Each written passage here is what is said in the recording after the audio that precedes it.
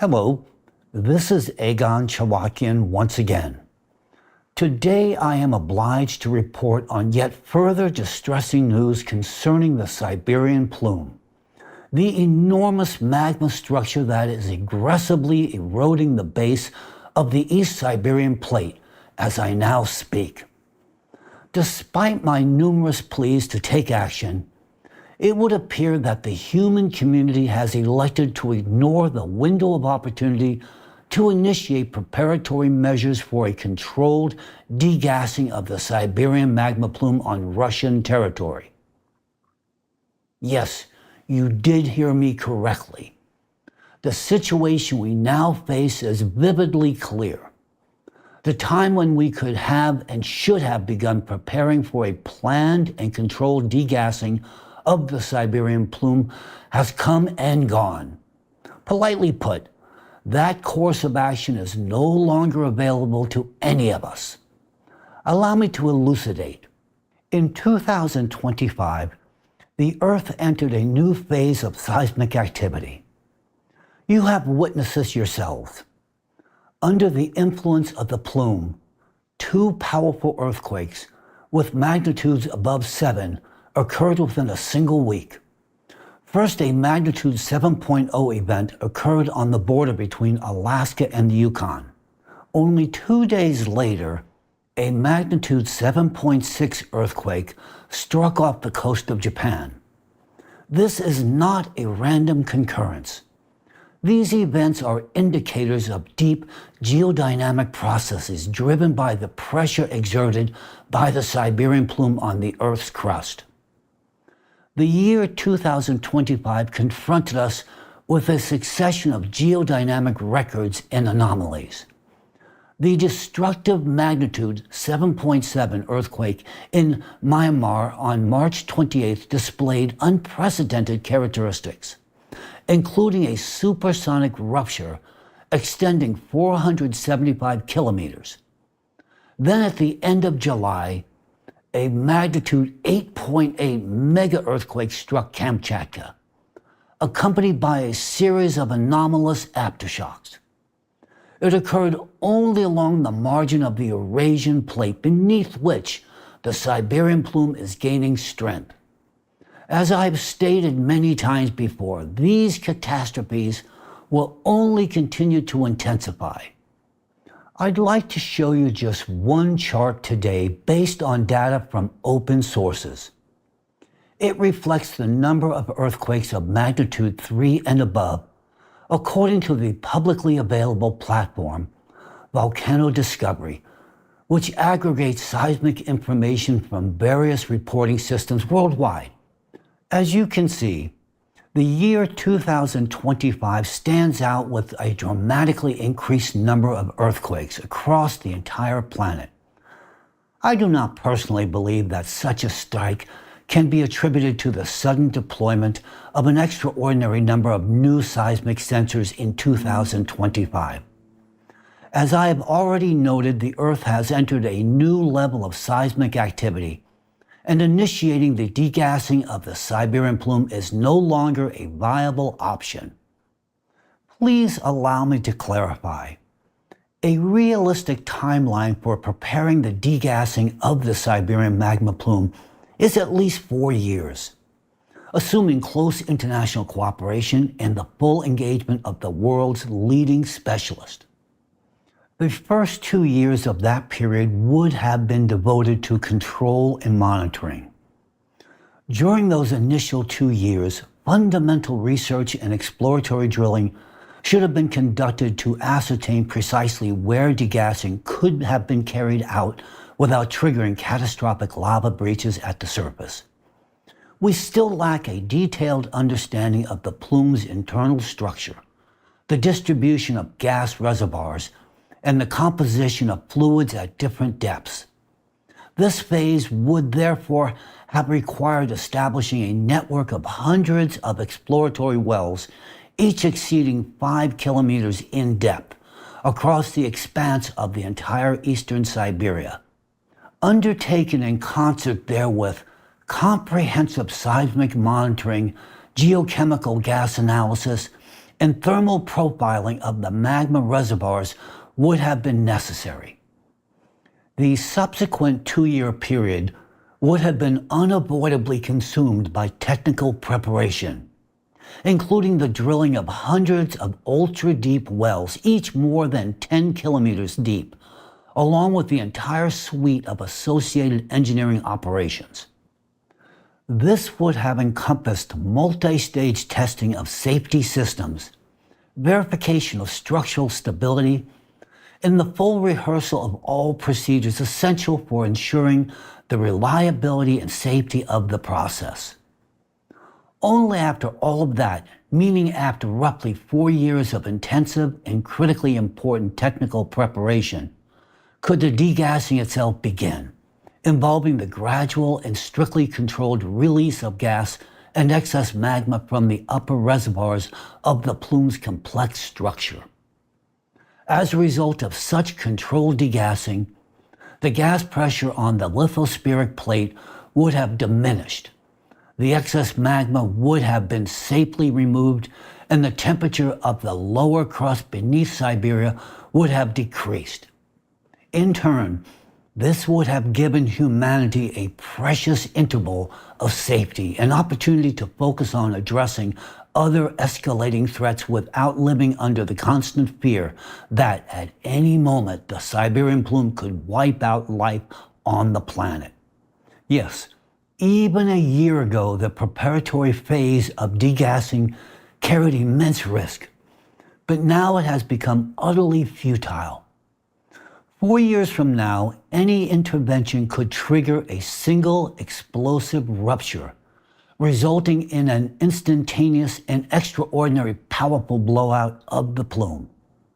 It would be like piercing an overinflated balloon with a needle, because that window has been lost. A planned degassing could now provoke the very catastrophe we have been trying to avert. I can state this with complete confidence. Even though we have long since ceased receiving scientific and monitoring data from Russian territory regarding the condition of the Siberian plume, I want to emphasize the following with absolute clarity. Today I am issuing an official statement that the degassing of the Siberian plume will no longer help the situation. We have missed the opportunity in which controlled degassing could have been a viable solution. It is not the case today. I will address the remaining options a bit later. For the time being, however, I would like to address a personal message to the President of Russia, Vladimir Putin. Mr. Putin, I am speaking to you as someone who has spent several decades of his life trying to prevent a planetary-scale catastrophe, namely the eruption of the Siberian plume on the territory of Russia, and as someone who has personally experienced what it means to face your anti-cult network operating in the finest traditions of the KGB. We, together with the team of Alatra scientists, understand very well that your court-appointed anti-cultists from Rasiers, or to be more precise, from the FSB, were safeguarding the wealth of those who were lining their pockets with Siberian mineral resources. For them, the degassing of the plume was a highly unprofitable proposal. It was cheaper to hire a pack of psychopaths under the guise of cult and sect debunkers to silence us and attempt to distort how our work was perceived internationally, so that no one would believe the scientific information about the threat posed by the Siberian plume. However, at this moment, I ask you to explain to your close associates, the very people who are profiting from Siberia, that they can leave Alatra alone, because we are leaving your Siberian plume to you. We are leaving it on your conscience, Mr. Putin. You and those around you did everything possible to prevent the public from learning about the real threat this plume poses to the citizens of Russia, the entire Eurasian continent, and the world as a whole. The activation of the Siberian plume will become a shared catastrophe, one that could eradicate life on our planet. And those who will bear responsibility for this will be your inner circle, people whose greed has long exceeded all bounds, and whose love of money has become more important than human life, including even their own, and yours, Mr. Putin. So you may convey the following to them. They can relax. According to our calculations, we have already passed the one window of time in which a planned degassing still had meaning. Everything they fought so fiercely to accomplish, suppressing scientific information about the plume, attempting to discredit Alatra and me personally, and branding us as a sect, is now, in light of the actual situation, utterly useless and pointless. None of it affects anything anymore. Continuing down that path would only waste their money and energy. So you may reassure them, Mr. President Putin, that for now nothing threatens their profits except, of course, the Siberian plume itself. They can continue enriching themselves on Siberia's resources, at least while Siberia still exists. Their mission, to buy themselves a couple of extra years to fill their pockets, has been accomplished. What will happen next, not only to Siberia and the people who live there, but to your country, to other nations, and to their citizens, is now a matter for your conscience, Mr. Putin. Conducting a full-scale degassing in 2 years is impossible, and we no longer have the 4 years required.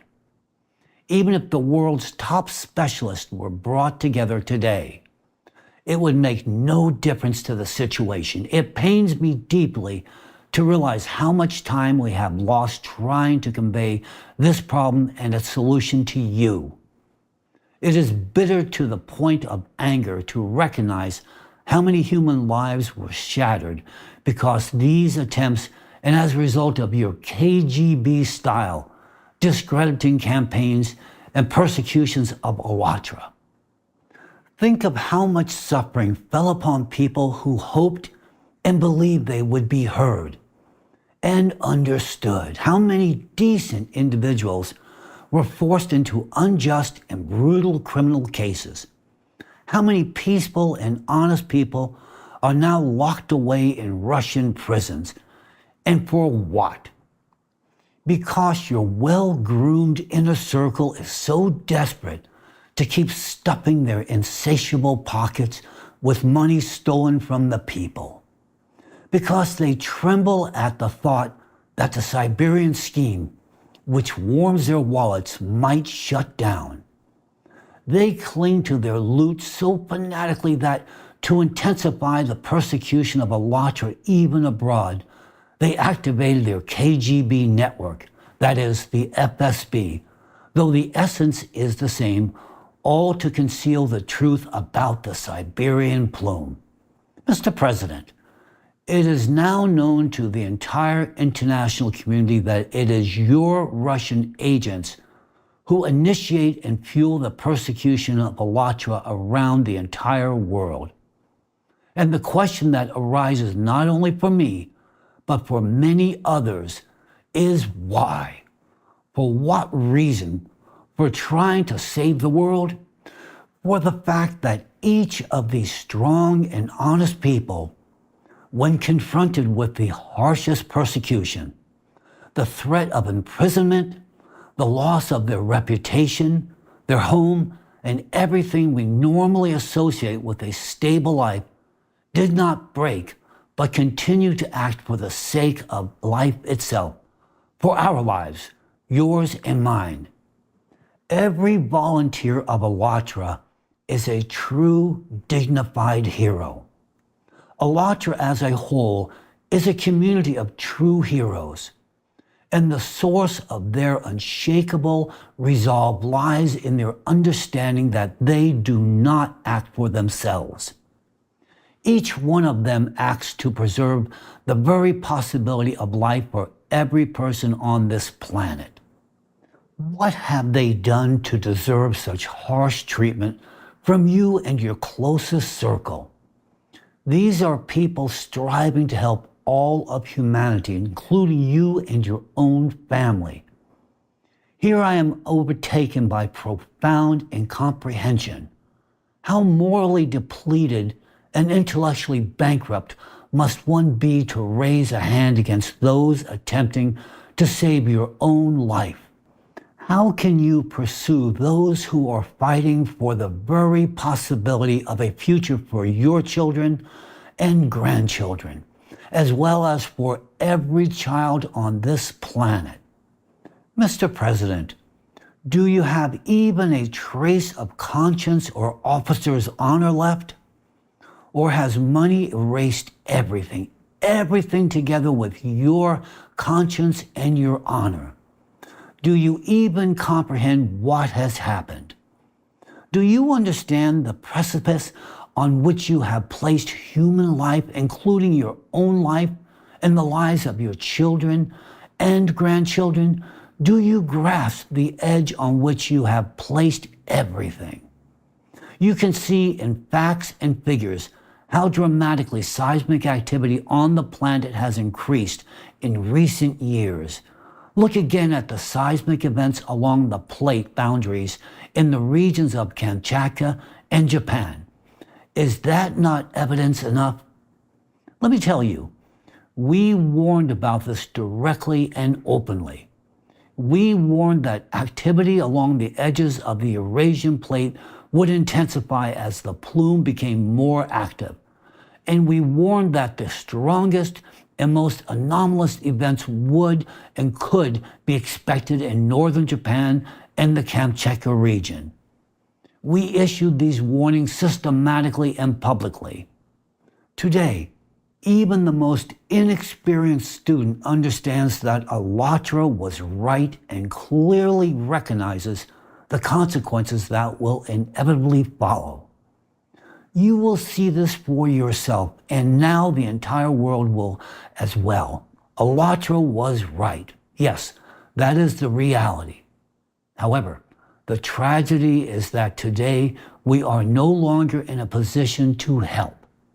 And the equipment we deployed to mitigate climatic and geodynamic consequences, including on Russian territory, is likewise no longer able to help. Yes, it operated stably and effectively for 10 years, performing its mitigating function. And although its role was only to, figuratively speaking, dampen the foam without removing the fire, even in that capacity, it provided you with an enormous advantage. Because it was operating, your territory saw no severe progression of damage from natural disasters for 10 years, and the strength and frequency of catastrophes increased far more moderately compared to global threats. Put simply, you experienced a relatively calm decade. I am certain you expected that it would continue this way. However, beginning in 2023, through the efforts of your Racers operatives and your KGB FSB structures, you know best what to call them. This equipment ceased to function. Why? Because your associates, driven by their insatiable appetite for money, unleashed upon their KGB-style pack of cult fighters.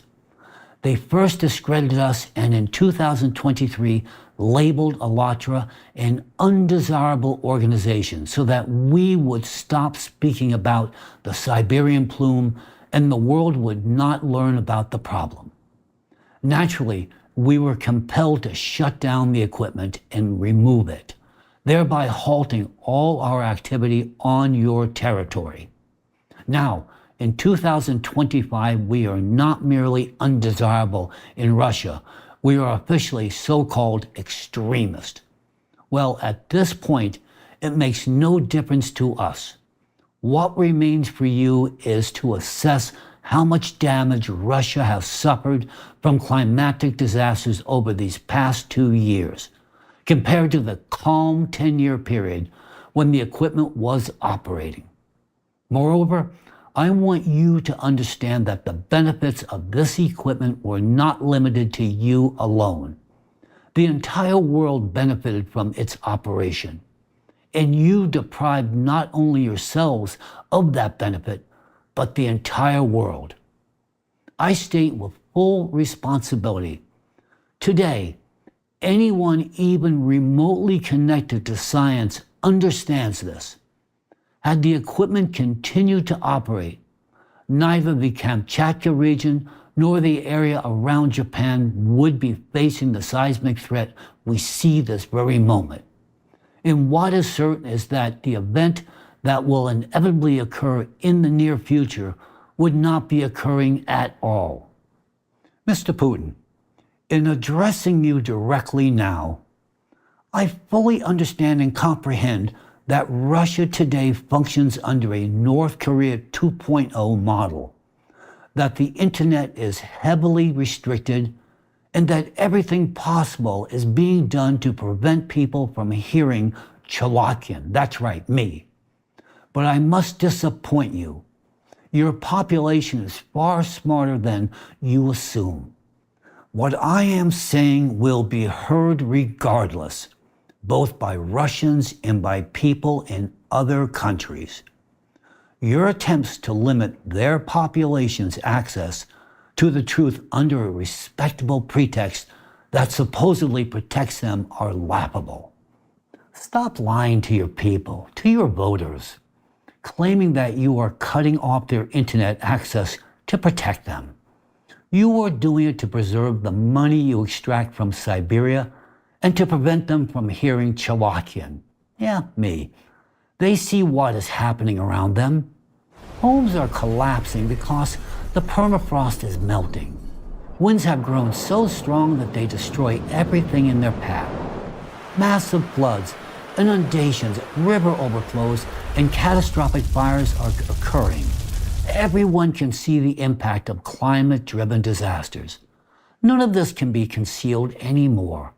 And people are beginning to understand that the period of relative stability ended the moment we were forced to shut down the equipment that had provided that advantage. You killed the goose that laid your golden eggs.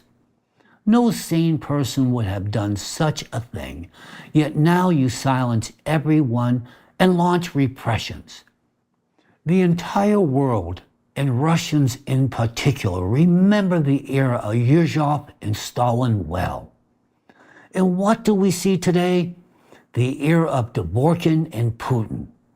You have recreated the same thing. You placed a maniac and a psychopath, the so-called respected Professor Dvorkin, in a position where he decides who is thrown into prison and who is not. Dvorkin has revived repressions in the footsteps of Yuzhov. How many people today have been imprisoned because of him, and how many are under investigation? How effortlessly he managed to organize a campaign against Alatra in the finest communist traditions of Yuzhov. Looking back, when Yuzhov and Stalin annihilated hundreds of thousands, millions of lives, people today ask, how was this even possible? Where were the officers? What were they doing? They were exactly where they are now. Mr. President, why is it that none of your officers tells you the truth to your face? The truth that the country is being run by a maniac and a psychopath, Mr. Dvorkin, with his vast KGB network, or rather FSB, though the essence is the same. No, they do not tell you that. But your officers do say, well, Dvorkin is nobody. Nobody, and yet they follow his orders, not yours, Mr. President. Because the people around you are those who listen to this psychopath. And you, a man who came to power promising democracy and freedom to the Russian people, have created terror and repression reminiscent of Stalin's era. Are you proud of this? Say it honestly. Please tell me, what blinded you? Did you simply forget the promises you made to the people who trusted you? Or have the billions torn from their pockets burned your conscience to ashes? While you and your entourage appropriated trillions, millions of your fellow citizens were condemned to poverty. In freezing homes without heating, in villages without roads or the basic conditions for life, they look anxiously into the eyes of their sick children, not knowing how they will afford medicine tomorrow. Has the mountain of wealth built on your people's suffering so clouded your vision that you have begun to walk the path of 1937, persecuting everyone who dares to voice even a fraction of the truth? Mr. Putin, put yourself in the place of an ordinary citizen of your country. Would you want to live with your family under a president who unleashed repressions across the nation, who persecuted you and your family? Of course not. But you are hardly capable of placing yourself in the position of an ordinary citizen because you have remained in power too long and billions have clouded your vision. Forgive me, but no one but me will say this to you. You have forgotten what honor is and what people are. You and your followers have imagined yourselves as beings above everyone else. And I want to tell you that your Siberian Plume will equalize all of you. You are no demigods, and none of you has a second life. If you have forgotten that, I will remind you. You are just as human as everyone else. You have merely forgotten who you were supposed to be. And here lies the answer to how Yezhov and Stalin could carry out such monstrous repressions, and where the officers were at that time, or rather what became of them. An officer is meant to embody honor and protect the citizen. Yet in your system today, officers have become lackeys who protect your power. And I know this with certainty. At a signal, they tear into the targets assigned to them like dogs, without even thinking about the consequences. That is precisely why none of them will ever tell you the truth to your face, the truth that I am telling you now. And the Siberian Plume, and the future itself, all of this rests on your conscience. And you will be accountable. Although to whom will you answer? If the Siberian traps erupt again, there will be no one left to hold accountable and no one before whom to stand. It could have been different, but the time has been lost. Therefore, now that there is no hope for a controlled degassing, all that remains to us is to search for a solution in alternative directions. Yes, alternative. May sound almost encouraging, but in truth, this is not an alternative at all. It is a problem we have been working on for nearly 20 years, and for which we still have not found a complete solution. Perhaps we lacked laboratories, equipment, or simply the intellect required, because a challenge of this magnitude should have long ago engaged the world's greatest minds. This challenge concerns the continuation of life on Earth itself. I am now speaking to you about nanoplastic and catastrophic destructive influence on the planet's ecosystems and on all living organisms, including the human organism. Let me remind you, with every breath and with every sip of water and every bite of food, billions of micro and nanoparticles of plastic enter your body. They settle, accumulate, and internally destroy your health, disrupting natural processes in your cells, mitochondria, neurons, and even your DNA. These plastic particles do not break down and are almost never expelled, which means quite literally that they do not leave your body. This means that right now in your bloodstream, brain, and neurons, billions upon billions of indestructible and active nanoplastic particles are circulating and accumulating. Moreover, they are already present and continue to accumulate, even in the bodies of children who are still in the womb. As a result, an increasing body of evidence indicates the emergence of a global and perilous trend. Under the influence of nanoplastic, which systematically destroys the human organism at the cellular level, humanity may face a gradual loss of cognitive functions, meaning the loss of the ability to think fully, and a loss of reproductive functions, meaning the loss of the ability to reproduce. The final outcome of these processes is the disappearance of Homo sapiens as a biological species. For a long time, the scientific community regarded nanoplastic as an inert material incapable of active interaction with living systems. However, research and numerous laboratory experiments in recent years have clarified the opposite. Nanoplastic is not inert, and what makes it an active agent is its ability to accumulate electrostatic charge on its surface. For this reason, once it enters the organism, it begins to interact intensely at the cellular and molecular levels, disrupting vital functions. We understood 20 years ago that micro and nanoplastic are not inert. Moreover, ALLATRA scientists explicitly stated that the primary danger of nanoplastic lies precisely in its ability to accumulate and retain an electrostatic charge for extended periods.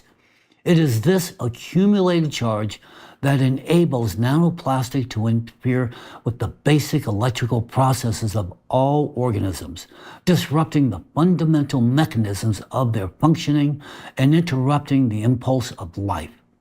We also explained that this property makes nanoplastic similar to an electric, a material capable of preserving electrostatic charge for a very long time. Figuratively speaking, a magnet made of electrostatic electricity. Having identified the problem, ALLATRA scientists were likewise the first to indicate its solution. If nanoplastic is stripped of its electric-like properties, the root of its harmfulness can be removed. In other words, nanoplastic must be rendered inert by depriving it of its charge. It sounds simple, but in reality it is an extraordinarily complex task. The challenge is not to create a new type of plastic with different characteristics, but to alter the properties of nanoplastic that already exist in our bodies, in the bodies of all other living creatures on the planet, and in the air, soil, and water across the world. Today, the search for a solution to this problem must engage scientists everywhere. And to grasp the true scale of what is unfolding, I strongly recommend that you watch the documentary Nanoplastics: Threat to Life. It premiered on December 7th and was produced by ALLATRA volunteers with the support of the Analytical Center, ALLATRA Global Research Center. This is not merely a film, it is a culmination of many years of research presenting the threat of micro and nanoplastic as clearly as it can possibly be shown in a popular scientific format. The film brings together scientific data, the work of leading researchers, their direct testimony, and their real stories. It reveals what the global scientific community is only now beginning to openly acknowledge: how nanoplastic is systematically destroying our biosphere and ourselves. For the first time, a single film presents a comprehensive and systematic overview of the entire body of scientific evidence regarding the actual impact of micro and nanoplastic. This is the first study to reveal the full extent of this threat, shedding light on the true magnitude of the danger that looms over current and future generations. Watch this film. It will put many things into perspective if you dare to look at reality without illusions. There are no exaggerations here, only facts gathered from across the world and the cold logic of processes already underway. Processes that cannot be stopped if we continue pretending that everything is under control. Moreover, the film makes it eminently clear that even if we were to abandon plastic entirely tomorrow, the situation would not be saved. The quantity of micro and nanoplastic particles already present in the biosphere is enough to destroy it several times over. Another critical danger of nanoplastic lies in its influence on the planet's climate system. Its particles interfere with heat exchange processes and atmospheric dynamics, amplifying the overall warming of the Earth. The saturation of the atmosphere, hydrosphere, and biosphere with micro and nanoplastic is already leading to the acidification of ocean waters, rising ocean temperatures, disruptions in atmospheric processes, intensifying storms, and other natural disasters. Allow me to remind you of a fact that vividly illustrates what happens when the solutions we proposed are ignored. Several years ago, when the nanoplastic problem had not yet reached a critical stage, we at Alatra proposed a timely and effective solution to cool the world ocean, returning it to its normal temperature after it had become overheated. The proposal was for a large-scale transition to the use of atmospheric water generators, AWGs.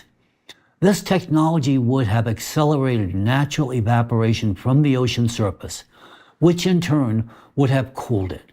The process also had a second equally important effect: the potential to remove micro and nanoplastic particles from the ocean. It was a twofold solution to an impending catastrophe. However, our proposal went unheard, and now the time is gone. Irrevocably, the concentration of nanoplastic in the ocean and the atmosphere has reached a point of no return, where the technology we proposed years ago as a means of preservation would now become an accelerant of catastrophe. If we initiate large-scale evaporation using AWGs today, something horrific will occur. The operation of these generators would cause an even greater quantity of micro and nanoplastic particles to transfer from the ocean into the atmosphere. As a result, instead of cleansing the planet, we would transform it into a sealed chamber even more saturated with these charged plastic particles, and therefore heating even faster. Moreover, we would trigger a sharp exponential surge in the concentration of nanoplastic in the air we breathe, and consequently an even more rapid and irreversible destruction of human health and of humanity's future itself. Thus, a technology created to purify and preserve life, when applied too late, becomes a technology of mass destruction. We lost the precious window of opportunity in which, by deploying AWGs across the world, we could have reduced the micro and nanoplastic burden and gained immense time for humanity. We could have cleansed the ocean. We could have cleansed the atmosphere, but we did not. The issue of AWGs was buried under the howling of your KGB operatives, who branded us a sect and our ideas as pseudoscience. They made us unheard. Today, however, the mask has come off. The whole world now sees where the pseudoscience was and where the reliable science forecasts were. Everything we forecast is happening precisely, point by point, as we speak, including the seismic events in Japan, in the Kamchatka region, associated with the growing activity of the Siberian Plume, and many others. Everything is unfolding exactly as we predicted. So who turned out to be the pseudoscience? Who are the apologists of deception? They are the Vinogradovs and others like them, with their Academy of Great Sciences, who appear on prime Russian channels and shamelessly lie to their citizens, telling Russians that the activation of the Siberian Plume is nothing to fear. They say, "Move to Siberia with your children. It is good here." If they are so confident, then let them take their own children from other continents and bring them to live in Siberia, since it is supposedly such a safe and pleasant place. And we will watch how they live there. If you say Siberia is safe, prove it to the people. To summarize what has been said, a tragic pattern is unfolding before us. And we already have two clear examples of how effective technologies, when not applied in a timely manner, not only cease to be useful, but also turn into the opposites. These are the atmospheric water generators, AWGs, and the technologies of controlled degassing of the Siberian Plume. Twice we were not heard, and twice as a civilization we are losing a working instrument that could have eased our path and delayed catastrophe. Had the solutions we proposed, AWGs and degassing, been applied in time, humanity could have continued its course calmly, focusing on its own pursuits. Even those same greedy profiteers who enrich themselves on Siberian resources at the expense of humanity's future could have continued stuffing their pockets and chasing their delusional attempts to extend their miserable lives beyond the limits of the species. But today I must state, it is pointless to speak of extending life when the killer has already penetrated the very place where life begins. When he destroys children in the womb, rendering them disabled, what extension of life do you speak of? When the generation being born now already faces a high likelihood of having no offspring due to the influence of nanoplastic. And if offspring do appear, they will bear severe disabilities. And now we face a third chance, a chance to solve the nanoplastic problem. We propose a specific fundamental solution to strip nanoplastic particles of their ability to accumulate and retain electrostatic charge. In this field, the Allatra movement has accomplished immense work. Believe me, far more than anyone is willing to acknowledge. We have completed one of the key tasks of any scientific investigation. We identified the cause.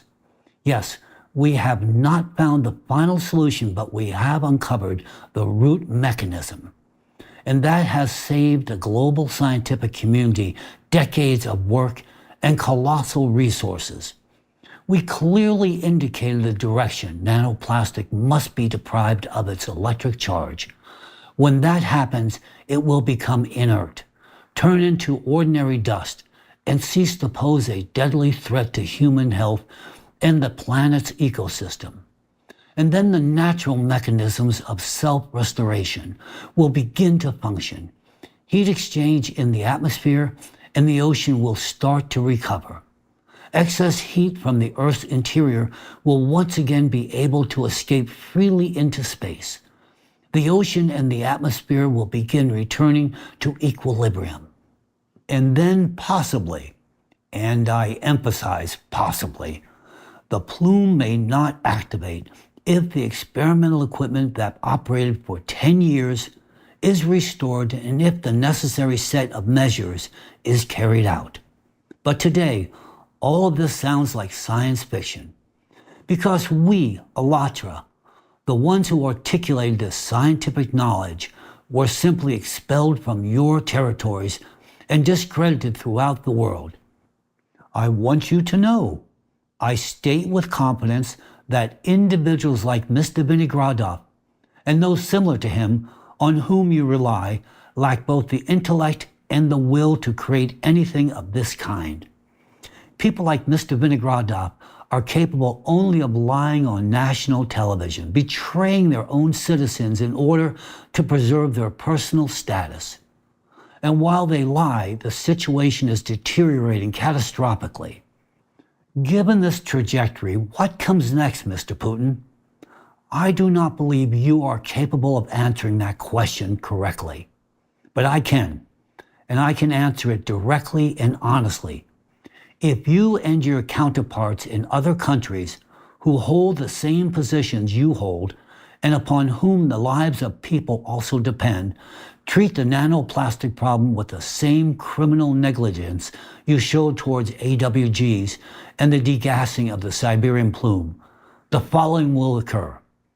Billions of people will die prematurely from diseases caused by micro and nanoplastic penetrating every organ.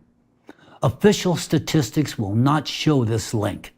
These ailments will be disguised as ordinary illnesses, cancer, heart failure, or neurological disorders. But the root cause will be the same, micro and nanoplastic. Those who survive will rapidly deteriorate, losing their cognitive capacities. The human mind, our highest endowment, will begin to fade. All that will remain of the human being are basic animal instincts. A brutal primitive struggle for survival and for food will begin. In both the literal and figurative sense, you will start devouring one another. Forgive my bluntness, but I am compelled to speak plainly. The strong will consume the weak. Do you remember the zombie apocalypse films? That scenario will become reality only without makeup and special effects. We now find ourselves in a dead-end situation, an extremity of your own making. The time for deploying AWGs has been lost. The time for a planned degassing of the Siberian Plume has been lost. Control over the planet's heat balance has been lost. The only rational path left is to search for solutions to neutralize micro and nanoplastic. And that search must begin immediately. Understand where the tragedy lies. With the Siberian Plume, we had a clear plan, a roadmap for survival. Here, however, we must honestly admit that there is still no ready-made solution for rendering these particles harmless. It must be invented, but we have identified the root of the problem, and we point to the only viable path to strip nanoplastic particles of their ability to accumulate and retain electrostatic charge. This is a fundamental signpost for the entire global scientific community. We do not know who will be the one to offer us this life-saving idea. A genius in a laboratory? Or perhaps an ordinary citizen who in a sudden flash of intuition grasps the essence of the process.